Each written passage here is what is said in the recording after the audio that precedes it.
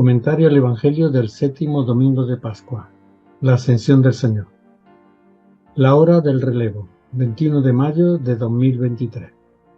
Primera lectura de los Hechos de los Apóstoles, capítulo 1, versículos 1 al 11. Salmo 46. Segunda lectura,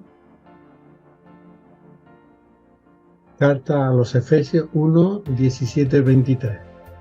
Evangelio de Mateo, capítulo 28, 16 al 20. Dicho esto, lo vieron subir hasta que una nube lo ocultó a sus ojos. Mientras miraban fijos al cielo cuando se marchaba, dos hombres vestidos de blanco que se habían presentado a su lado les dijeron: Galileos, ¿qué hacéis ahí plantados mirando al cielo? El mismo Jesús que se han llevado a lo alto de entre vosotros vendrá tal como lo habéis visto marcharse al cielo. Los 11 discípulos fueron a Galilea, al monte donde Jesús los había citado. Al verlo se postraron ante él los mismos que habían dudado. Jesús se acercó y les habló así: Se me ha dado plena autoridad en el cielo y en la tierra. Id y haced discípulos de todas las naciones, bautizadlos para vincularlos al Padre y al Hijo y al Espíritu Santo, y enseñarles a guardar todo lo que os mandé. Mirad que yo estoy con vosotros cada día hasta el fin de esta edad. Hoy, domingo de la Ascensión, la liturgia presenta dos lecturas. La primera, que hemos reproducido abreviada, está tomada del libro de los Hechos de los Apóstoles, en el que su autor, el evangelista Lucas, habla de la ascensión de Jesús. Como ya el año pasado hice el comentario de este texto, quienes lo deseen pueden leerlo y ver el montaje de imágenes en este enlace: www.ibicla.org 2022/05/26/ mirando al suelo. Nuestro comentario de hoy se va a centrar en el texto del Evangelio de Mateo que hemos reproducido al principio, tomado del final de este Evangelio, cuyo autor desconoce la ascensión de Jesús, situando en su lugar el último encuentro de este resucitado con sus discípulos en un monte de Galilea. La razón por la que Mateo no conoce la ascensión de Jesús es debido a la imagen que tiene del Mesías. Lucas imagina al Mesías como el nuevo Elías, el que tenía que venir, que subió al cielo llevado por un carro de fuego con caballos de fuego en medio de un torbellino, como refiere el segundo libro de los Reyes. De Elías, por no saberse el lugar de su tumba, se pensaba que volvería al final de los tiempos. Mateo, sin embargo, considera al Mesías como el nuevo Moisés que conducirá al pueblo a la tierra definitiva. Por esto, si en el libro del Éxodo Moisés subió al monte Sinaí para entregar al pueblo los 10 mandamientos, ahora en el Evangelio de Mateo, este nuevo Moisés, que es Jesús, sube a otro monte para proclamar desde allí ante los discípulos las bienaventuranzas, que pasan a ocupar el puesto de los mandamientos de la antigua ley de Moisés. Cada evangelista tiene, como vemos, su propia idea del Mesías, Jesús, y para confirmarla toma del Antiguo Testamento los textos que considera oportunos. Pero vayamos al texto del Evangelio de hoy. Dice este evangelista que los 11 discípulos fueron a Galilea, al monte donde Jesús los había citado. Los 11 y no los 12, porque falta Judas, el traidor, el representante del Israel histórico, que se confabuló con las autoridades para pedir la crucifixión de Jesús. A partir de ahora, el nuevo pueblo de Dios no será ya una versión actualizada de las 12 tribus del antiguo pueblo judío, pues este ha sido infiel a Jesús, sino que estará integrado, como veremos más adelante, tanto por judíos como por paganos. La escena de Mateo no se sitúa en la ciudad de Jerusalén, centro político y religioso del antiguo Israel en torno al templo, sino en la provincia de Galilea, llamada por Mateo Galilea de los gentiles o paganos. Dicha así no solo porque su población fuese mixta de judíos y paganos, sino porque era la región limítrofe a las naciones paganas. Desde Galilea, la misión de Jesús, que había estado casi en su totalidad dirigida a los judíos, se abriría al mundo pagano para constituir el nuevo pueblo de un Dios que acepta por igual a judíos y paganos, un Dios Padre que hace salir su sol sobre malos y buenos y manda la lluvia sobre justos e injustos. Dice el evangelista que al ver a Jesús los discípulos se postraron ante él, pero ellos mismos dudaron. El verbo dudar, vacilar, en griego distazo, Se encuentra aquí en la escena en que Jesús de noche se dirige a sus discípulos andando por el mar. Pedro entonces intenta ir a Jesús andando sobre el agua, pero no tenía todavía una fe madura, la razón por la que se hubiese hundido en el agua de no haberlo cogido Jesús. La duda de los discípulos muestra cómo todavía estos no tienen fe suficiente para afrontar la realidad de un Jesús que tuvo que experimentar la muerte como paso para la resurrección. La escena que comentamos tiene lugar en el monte donde Jesús había citado a sus discípulos. Este monte, como el monte de la bienaventuranza, representa la esfera divina, la del Espíritu de Dios, desde donde va a enviar Jesús a los suyos. Durante la vida mortal de Jesús, este había tenido potestad en la tierra para perdonar pecados. Ahora se le presenta como aquel a quien Dios ha dado plena autoridad, no solo en la tierra, sino en el cielo. Y en virtud de esa autoridad universal, Jesús manda a sus discípulos en misión al mundo entero, sin exclusión de países o personas. Se me ha dado plena autoridad en el cielo y en la tierra. Id, les dice, y haced discípulos de todas las naciones. Se cumple de este modo la promesa de Dios a Abraham en el libro de Génesis: serás padre de una multitud de pueblos. A partir de este momento el Evangelio será anunciado a todos los pueblos, de modo que no haya pueblos excluidos del favor de Dios, ni personas excluidas del pueblo. Israel dejará de ser el pueblo elegido, elegidos serán todos los pueblos de la tierra sin excepción alguna. Tras la resurrección de Jesús, la misión de sus seguidores consistirá en hacer discípulos bautizándolos no ya con agua, sino con Espíritu Santo y fuego, como había anunciado el Bautista. Mientras el pueblo aguardaba y todos se preguntaban para sus adentros si acaso Juan era el Mesías, éste declaró dirigiéndose a todos: yo os bautizo con agua, pero llega el que es más fuerte que yo, y yo no soy quien para desatarle la correa de las sandalias.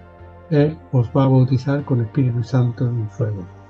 Y es que el propósito humano de cambiar de conducta con el bautismo de agua preconizado por Juan, un bautismo en línea con la práctica de la justicia, no adquiere verdadera solidez hasta que esté confirmado por el Espíritu Santo, lo que tendría lugar el día de Pentecostés, cuando, como dice el libro de los Hechos, de repente un ruido del cielo como una violenta ráfaga de viento resonó en toda la casa donde se encontraban los discípulos, y vieron aparecer unas lenguas como de fuego que se repartían posándose encima de cada uno de ellos. Se llenaron todos de Espíritu Santo y empezaron a hablar en diferentes lenguas, según el Espíritu les concedía expresarse. Una vez recibido el Espíritu Santo, los discípulos de Jesús deberán tomar el relevo de su Maestro con la finalidad de continuar su tarea misionera, consistente en hacer discípulos de todas las naciones, bautizándolos para vincularlos al Padre y al Hijo y al Espíritu Santo, y enseñándoles a guardar todo lo que les mandó. Y lo que Jesús les mandó, y volvemos de este modo a la idea central del Evangelio que aparece por doquier y de mil maneras distintas, es poner en práctica sus mandamientos, que no son ya los de Moisés, sino las bienaventuranzas proclamadas en un monte, como Moisés lo había hecho con los 10 mandamientos en el monte Sinaí, bienaventuranzas a las que Mateo llama mandamientos mínimos. No penséis, dice Mateo, que he venido a echar abajo la ley ni los profetas. No he venido a echar abajo, sino a dar cumplimiento, porque os aseguro que antes que desaparezcan el cielo y la tierra, ni una letra ni una coma desaparecerá de la ley antes que todo se realice. Por tanto, el que se exima de uno solo de esos mandamientos mínimos y lo enseña así a los hombres, será llamado mínimo en el reino de Dios. En cambio, el que los cumpla y enseñe, ese será llamado grande en el reino de Dios. Porque os digo que si vuestra fidelidad no se sitúa muy por encima de la de los letrados y fariseos, no entraréis en el reino de Dios. El calificativo de mínimo aplicado a la bienaventuranza corresponde a lo expresado por Jesús en otra ocasión, cuando por oposición a los mandamientos de la ley judía dijo: mi yugo es llevadero y mi carga ligera.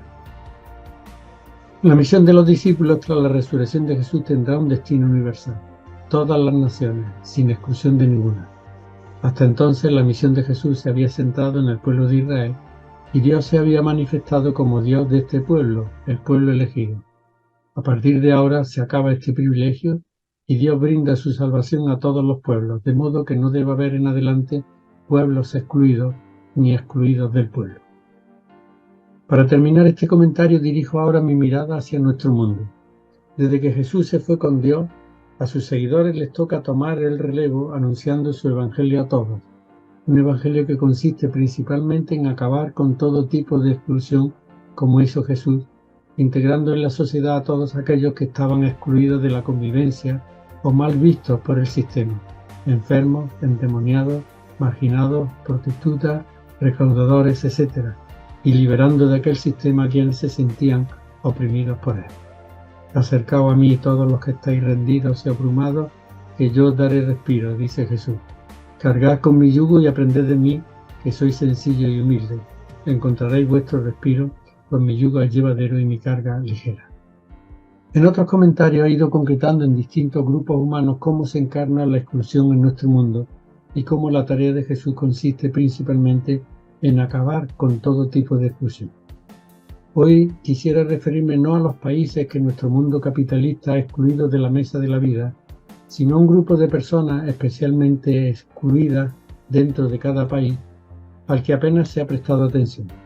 En tiempos de Jesús, ese grupo lo conformaban los endemoniados o poseídos por espíritus inmundos, enfermos que carecían de salud mental y que por ello habían perdido el control de sí mismos.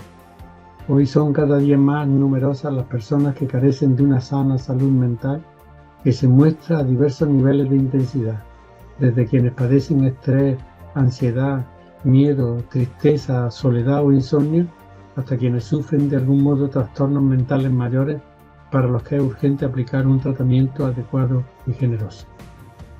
Las encuestas muestran un aumento considerable en el número de adultos que en nuestra sociedad y especialmente en las sociedades más avanzadas sufren estos síntomas, número que creció durante la pandemia y sigue aumentando todavía. Las estadísticas nos dicen que está creciendo el consumo de alcohol, de ansiolíticos y de otras drogas, lo que en lugar de ayudar a esas personas empeora su situación, pues estas adicciones pueden dañar la función pulmonar, debilitar el sistema inmunitario y provocar afecciones crónicas como enfermedades cardíacas y pulmonares.